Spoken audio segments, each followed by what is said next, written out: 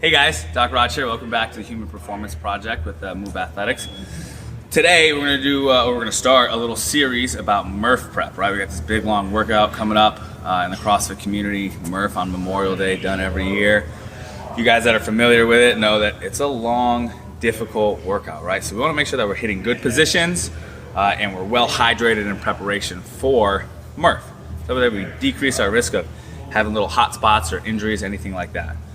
So starting with hydration, we want to start hydrating today, right now, right? We all know that a good baseline of water intake is half your body weight in ounces every single day.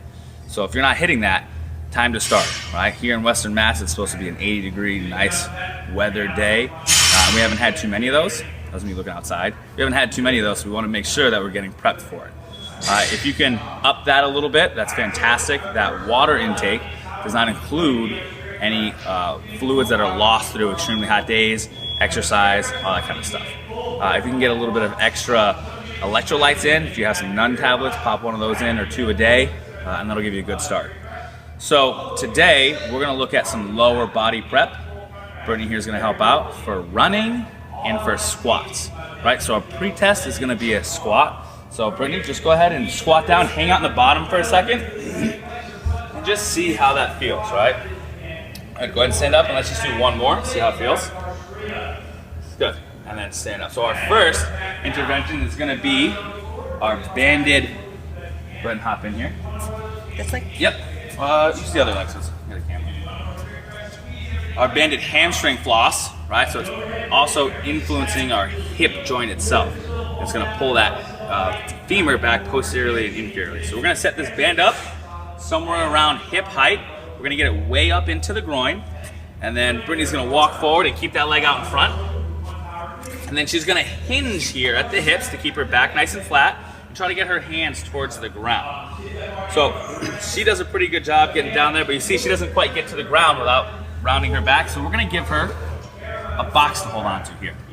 So all she's gonna do is, you can bring this leg up a little bit. Your right leg, just bring it up. Oh, don't bring that one back, keep it forward. So hold on to the box. Now all she's gonna do is drive that knee back and straighten that leg out, but try to keep your back as flat as possible.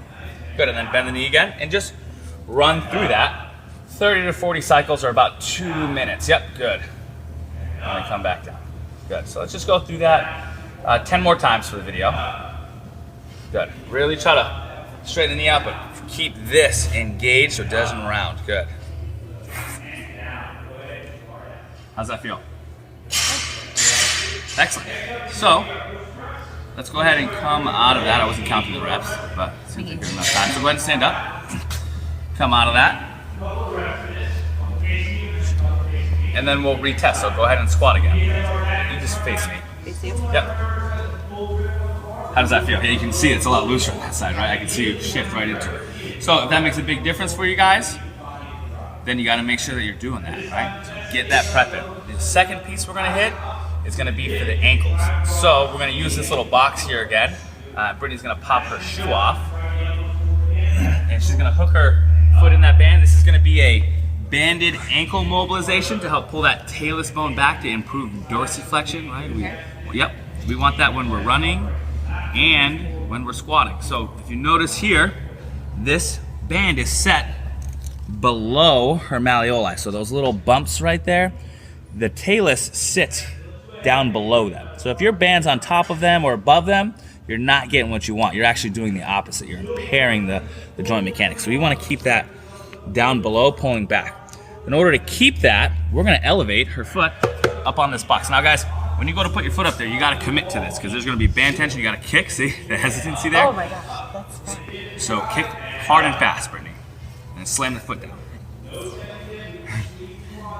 I didn't really help her that much. She's just scared. So if you guys have a hard time with that, find something to hold on to.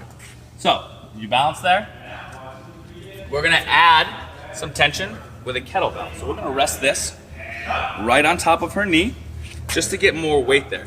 Now what she's gonna do is she's gonna keep her heel down, she's gonna rock back, right? And then she's gonna rock forward, driving that knee right over the second toe as far as she can before that heel starts to rise. Once that heel starts to come up a little bit, she's done. Then go ahead and hang out there. And you can hang out there for 5 or 10 seconds. You can explore a little bit. What we don't want is this knee coming in. So we can back up. We can come forward and out to the side there. All right, and really drive that knee out laterally as best you can. Explore wherever's the tightest for you. If you get more of a stretch going laterally than you do over the second toe, then do that. So come back in, and we'll spend 2 minutes each side doing this, all right?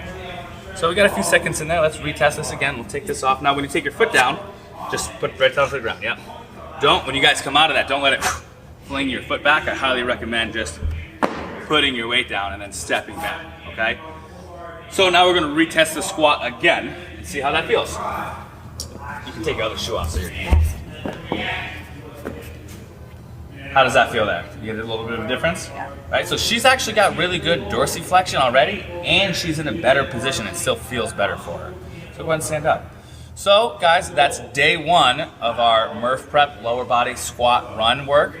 That'll be it. We'll catch you tomorrow, actually, back here on the Human Performance Project to look at a little bit of pushing mechanic improvement.